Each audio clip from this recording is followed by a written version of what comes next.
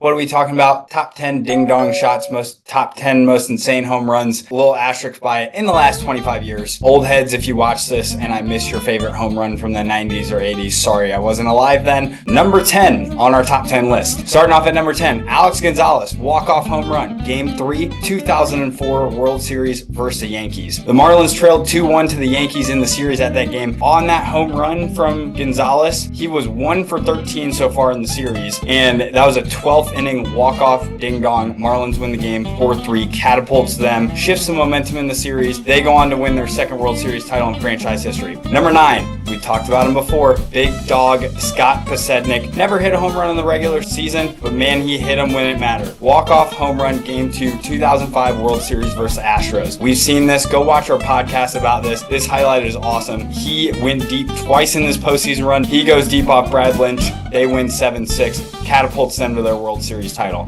Number 8, Mark Bellhorn.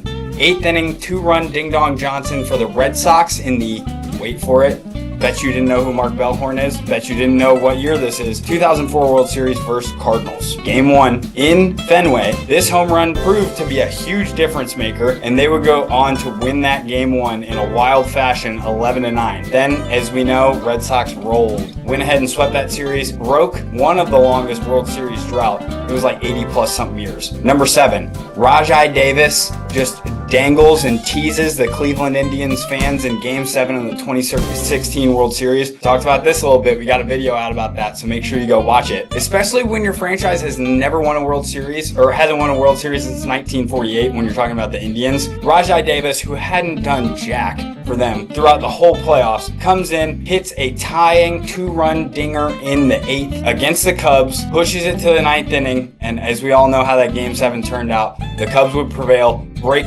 their World Series drought, but still, Raji Davis, one of the best home runs. Number 7 for me. Number 6, Jeff Blum. Who the is this guy, Jeff Blum? Top 14, second longest game in World Series history, 2005 White Sox versus the Astros. Jeff Blum had 3 appearances the whole freaking postseason, and one of them was this top 14 home run. He now has a freaking statue about him, folks. So that's number 6 on our poll. Number 5, talked about this guy too, David Ross for the Cubs. He makes an error, gives up some runs, makes this game close again in this 2016 run for the Cubs, and then he comes back in the next inning, hits a ding-dong, gets some of those runs back, and makes it up to the boys in his final at-bat in Wrigley Field in his career. Gets to end it on a home run. He's like 39 freaking years old. Old dog, showing the boys how to do it. Number 4, we've talked about this guy too. I don't know if this episode's out yet, but just wait for it. Howie Kendrick, old as dirt too. I'm sorry, all you old heads. Howie Kendrick was like 42 freaking years old. But in Game 7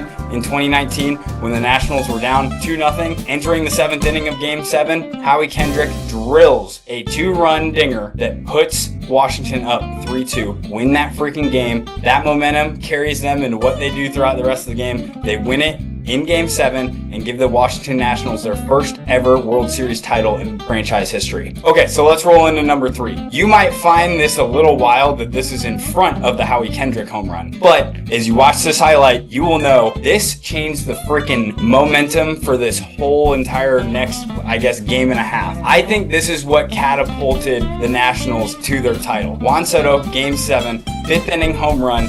He hits that dinger, and then he mimics Alec Bregman's celebration, carries his bat to first base, drops it, changes the momentum of the whole freaking series.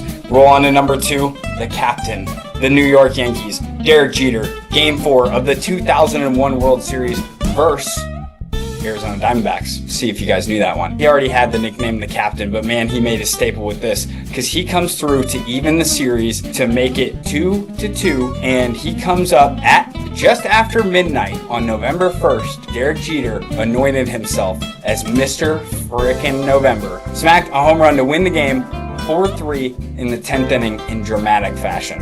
And as you guys know, Yankees would not win that World Series, but still, when you talk about clutch, when you talk about history, Jeter's right there, dogs. And then number 1 on our list. You could say this would be biased, but I don't really give it.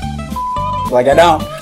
because I don't care who you are, this is your number one if you're talking the last 25 years. The hometown hero, the hometown kid, David Freese, St. Louis Cardinals, Game 6, 2011. That catapults them into Game 7, where the Cardinals win their 11th postseason title in 2011. And David Freese wins World Series MVP. He had a 2-run triple 2 innings before that to tie it up. Then, down to his last strike, takes it off, becomes a hometown kid. Cue Joe Buck saying, "We will see you tomorrow night." That's it for our list, top 10 ding-dongs. Comment if you think I'm wrong. I think this list is pretty solid. Make sure you smash the like button, sub button. Tell us if you like this style of video. If you like this stuff, we'll keep doing it. Bet you thought that we weren't going to do this, but as always, shout out to our sponsor, Game Time Bats. Go hit that link, go copy a bat. If any of these World Series strike some goosebumps on you as we're talking about top 10 dingers, take those goosebumps, buy you a bat, get it in the trophy case.